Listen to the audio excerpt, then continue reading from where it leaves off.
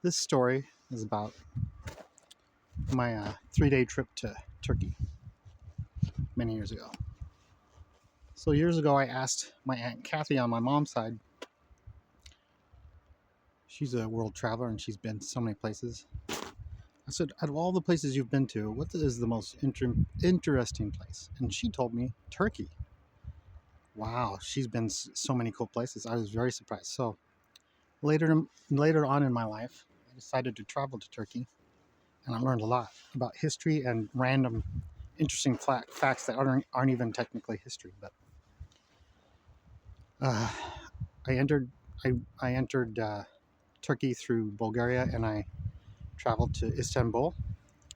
Um, Americans at the time have to pay $20 U.S. cash for a 30-day visa to Turkey. Not a big deal.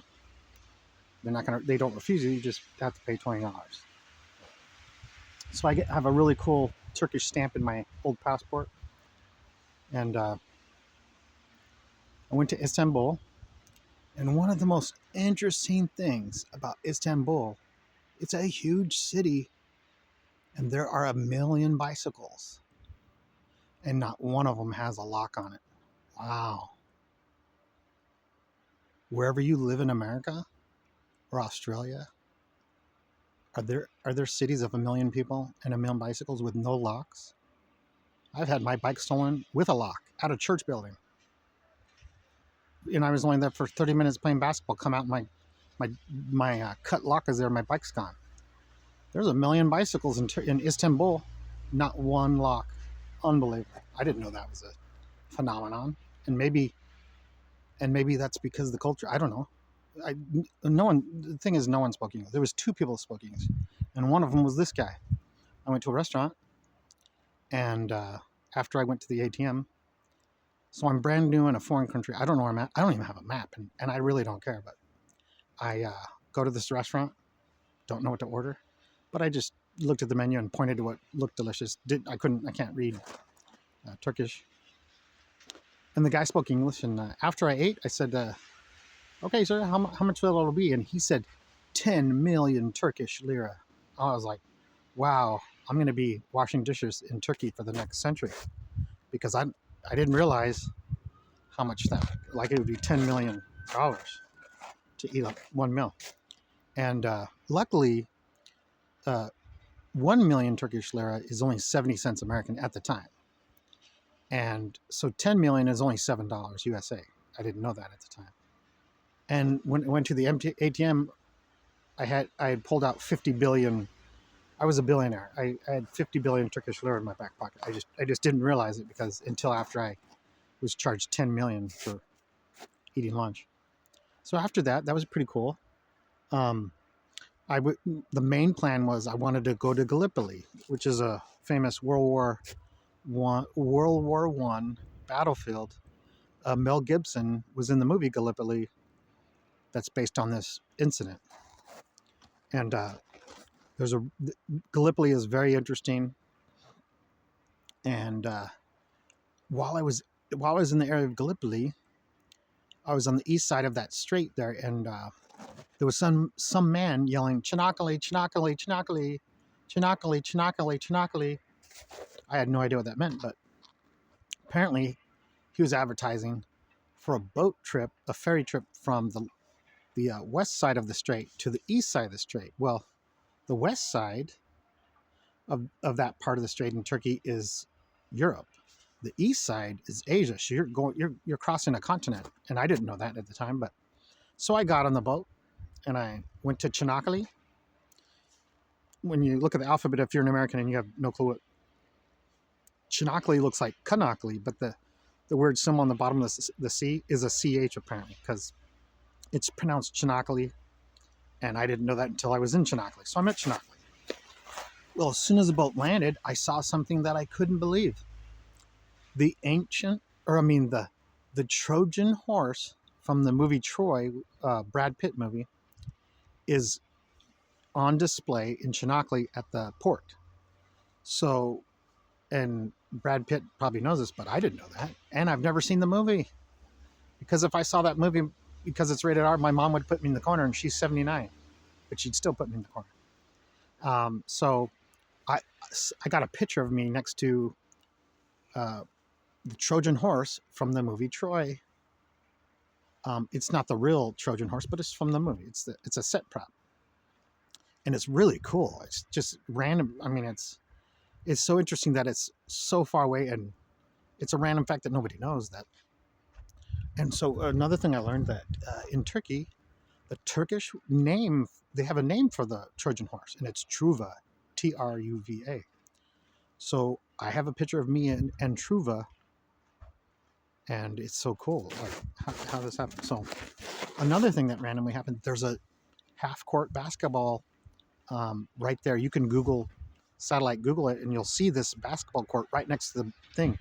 If you go Google search Truva, and then Google Map Truva, you'll see the horse, and you'll see this basketball court. Well, I played basketball with some Turkish kids that don't speak English. They only knew 3 terms in English. They knew three-pointer, foul, and Allen Iverson. If you got within a COVID 6 feet distance of them, they would yell, they would scream, you fouled them. They would yell, foul, foul, if they missed the shot. And you don't have to touch them or be within 6 feet, and they'll still yell. And that's funny. It was a comedy. And then every time they shot the ball, they'd either yell three-pointer or they would yell Allen Iverson. But that's all they knew in English. But they were basketball fans, and apparently Allen Iverson, after he retired from the NBA, he played professional basketball in Turkey, and he's super famous in Turkey. And I didn't know it at the time, and I was kind of wondering why they're all yelling Allen Iverson. But that's the reason why, apparently. So I got a hotel in Çanakkale, and the manager of the hotel spoke English. And he heard me speaking English, and he spoke very good English, and he asked me if I was an Anzac. Well, most Americans don't know what that means, but Australians and New Zealanders do, because it's the term for an Australian-New Zealand soldier. And in Gallipoli, the British Army, instead of sending their finest, they sent Australia and New Zealand's finest soldiers to be cannon fodder, and they got destroyed and mowed down by the Turkish army in World War I, as far as I know. I wasn't there, but this is what I've been told, and hopefully that's true. If it's not, you can fact check me. But all my Australian and New Zealander friends probably could tell you that. They could probably say that is a fact, and that's all true. And it's very sad, because Australians and New Zealanders at the time were really good athletes, and I think their genetic athletic pool was dwindled big time just by one battle. And the leaders were the British. So good job, Britain. Good day, mate. So I stayed at a hotel, and I think it was only like $4, and it was a compliment when he asked me if I was an Anzac, and I'm just a U.S. citizen. But it was a compliment. I was complimented by that. I thought that was very. It was a compliment, even though I wasn't an Anzac. It was a compliment. I took it as that way. So, after that night I stayed at the hotel, I went to the ancient city of Troy. I didn't know until I landed in Çanakkale that the ancient city of Troy is in Turkey. It's just east of Çanakkale, and they have bus tours every day, all day, 8 days a week. So I went to the ancient ruins of Troy, which are right there, just east of Çanakkale. So if you love history, and you love the story of Troy, the Trojan horse, and all that, it's in Turkey. It's cheap. It's not expensive. And Gallipoli is super interesting. Çanakkale is interesting. Istanbul is interesting. Everyone was nice to me. I got I have a picture of me and some random Turkish soldier. He has his arm around me, and we're at a bus stop, and I said, "Hey, I want to get a photo with you." And he didn't understand what I was saying, but you can play charades and say, "I want a selfie with you." If you know, I won the charades game, and we got a selfie. It was so cool.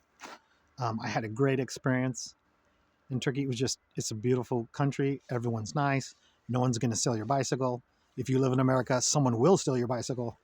And if they get caught, the prosecutors won't prosecute them, because it was under $10 million. The value of the bicycle was under $10 million.